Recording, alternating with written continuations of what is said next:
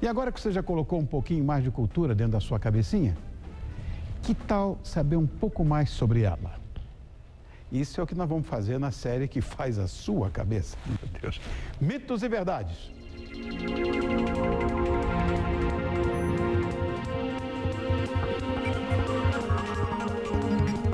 E bonitinha, de onde será que vem aquela dorzinha chata de cabeça? Será estresse? Algo que você comeu? Fome? Vamos desmistificar e, claro, tirar todas as suas dúvidas agora com o neurologista Leandro Teles.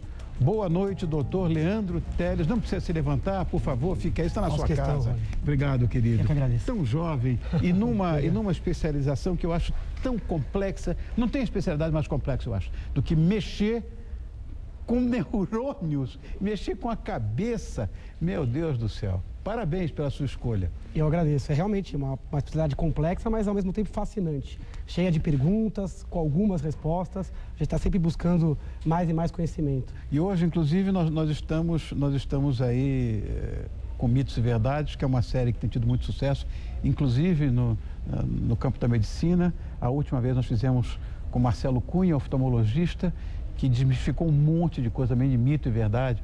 Ver computador, não faz televisão, essas coisas que passam pela cabeça, quando o assunto era, na verdade, oftalmológico. Hoje é a coisa mais encefálica e mais complexa. Vamos tentar fazer a mesma coisa, trazer então para o dia a dia, para o cotidiano da pessoa. Isso que eu falei. Esse é um dos quadros que eu mais gosto do programa. Obrigado. Gosto também do quadro musical, acho que esse é o que eu mais gosto. Mas esse eu não teria dificuldade de vir, porque eu não tenho esse talento desenvolvido. Agora, o Mitos e Verdade eu acho que é interessante, porque nosso cérebro busca algumas respostas e às vezes aceita alguns mitos que vão sendo repetidos e acabam se tornando verdades absolutas, imutáveis. Exatamente. Então é um exercício de humildade. Eu acho você, às vezes, ouvir um especialista falando de um tema e derrubando algumas crenças falsas. Isso, nós vamos derrubar, sim. E continua sendo uma das queixas mais comuns na medicina, dor de cabeça, né? Sem dúvida nenhuma, Rony. Então, é um sintoma cardinal em medicina. Então, é praticamente universal. É muito difícil a gente imaginar alguém que, na vida inteira, nunca tenha tido um episódio de dor de cabeça. Agora, quem tem dor de cabeça com frequência e intensidade alta, certamente a gente vai estar falando com pelo menos 80% das mulheres em pelo menos 60% dos homens. Então é muito comum pessoas que têm dor de cabeça frequente e que com impacto no trabalho, na escola, nas questões sociais. Então é a segunda causa de falta no trabalho, só perde para dor lombar e é em torno de 30% da busca por médicos clínicos gerais ou pronto atendimento é a cefaleia, é a dor de cabeça.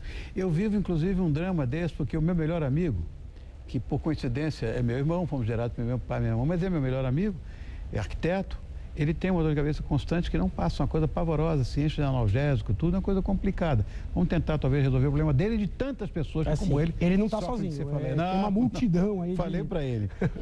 Bom, vamos aproveitar para falar, agora sim, vamos começar a nossa pauta. Mito ou verdade? O uso frequente de analgésicos pode agravar o problema? Então, interessante. Isso aí Mito ou verdade? Verdade. Então, a gente já começa com uma verdade, uma grande verdade.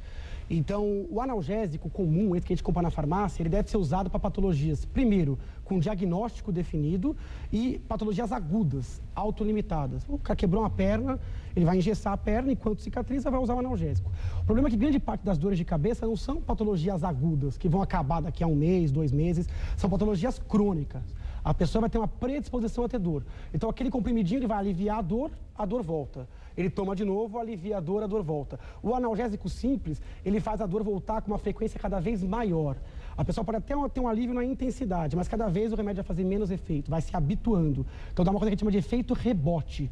A gente considera abuso, para você ter uma ideia, Rony, o uso acima de 2 vezes por semana de analgésico. Então, é comum as pessoas irem tomando comprimido e outro, e de repente estão andando na bolsa com comprimido e vivendo à base de comprimidos. Meu irmão está assim. Então, esse é um erro, porque se a patologia dele é crônica, ele tem que tratar com medidas crônicas. Mudança de estilo de vida, diagnóstico exato do tipo de dor de cabeça que ele tem e tratamento profilático, preventivo. Então, tem medicamentos mais apropriados do que os analgésicos.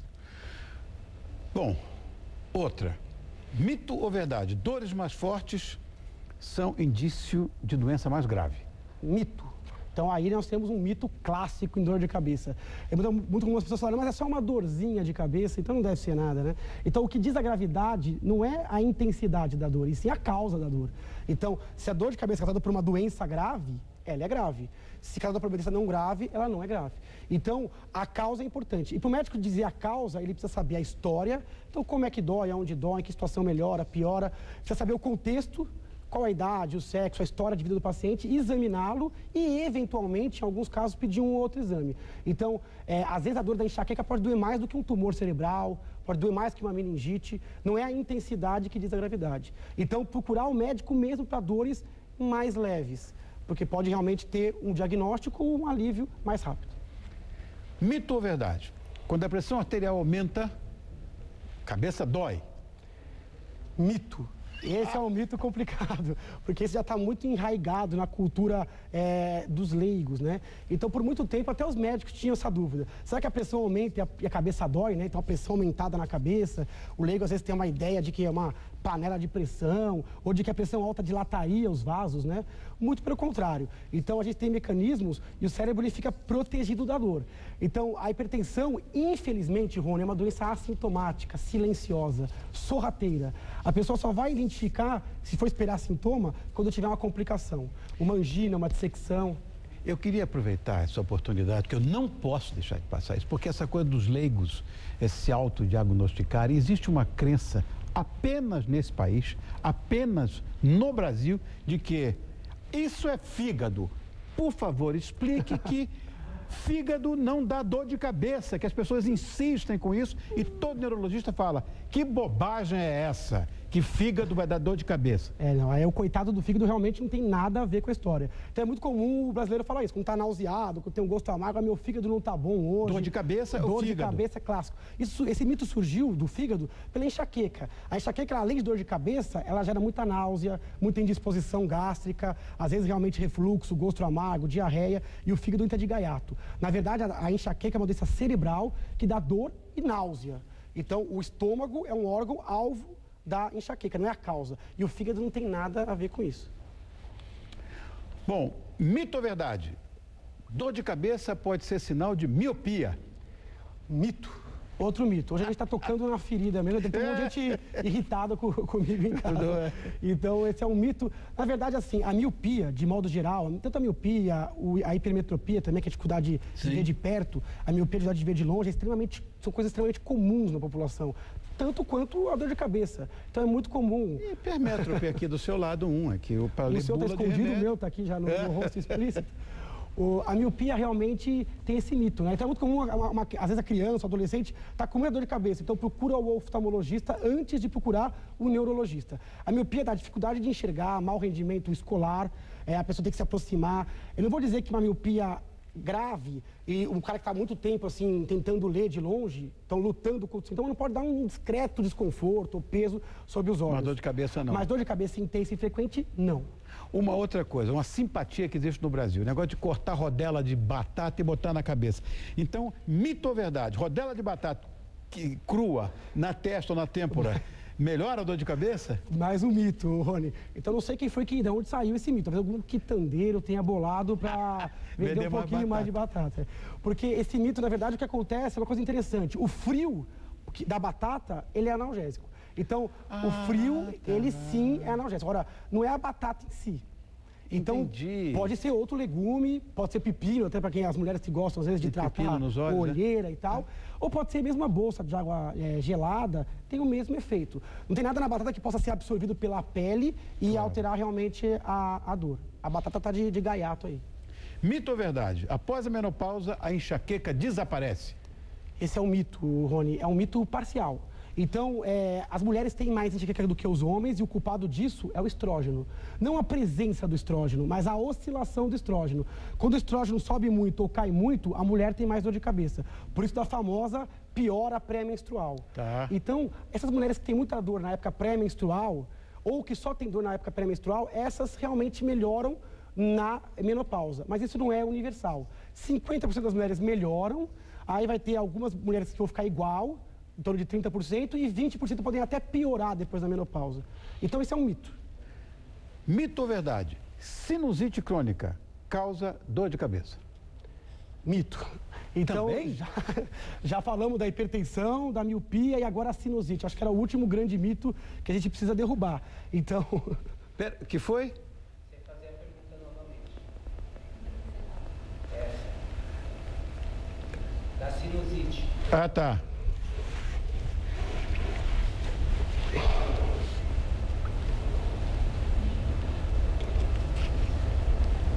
Ok. Então tá, vamos para a próxima. Mito ou verdade? Sinusite crônica causa dor de cabeça. Então, mais um mito, né, Rony? Então, Meu Deus do céu. Tudo é mito. Só faltava esse, né? Então, a gente derrubou o da hipertensão, que realmente é silenciosa, a da miopia, que é outro bem enraizado, e agora o último grande mito, a sinusite.